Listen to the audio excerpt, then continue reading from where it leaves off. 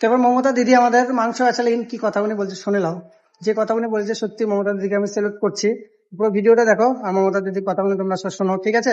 তার বাদে আমি কিছু বলছি। বাজারে মাছ বিক্রি হবে না, মাংস বিক্রি হবে না, বাংলায় এসে তারা কি করবে ভোট নিয়ে? যে বিজেপির জন্য এত লড়াই করছেন আপনারা, তাহলে বাংলায় এসে তো মাছ মাংসই বন্ধ করে দেবেন। বাংলা তো ভাতে মাছেই থাকে। হ্যাঁ, নিরামিষ যে খায় সে নিরামিষ খায়, আমরা অনেক নন বেঙ্গলি বন্ধু আছে, আমরাও খাই কখনো কখনো পুজো পার্বণে, সেটা তাদের নিজস্ব অধিকার। আমি আজকেই দেখছিলাম ফেসবুকে বিহারের উপমুখ্যমন্ত্রী বলছেন বাজারে মাছ মাংস বিক্রি করা যাবে না, অনলি যাদের লাইসেন্স আছে বাড়ির ভেতরে। তো সবাইকে শপিং মলে গিয়ে মাছ মাংস বিক্রি করবে?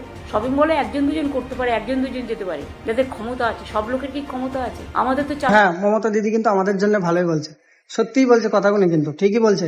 কার কাছে লাইসেন্স আছে যে সে শপিং মলে যেই মাংস বিক্রি করবে?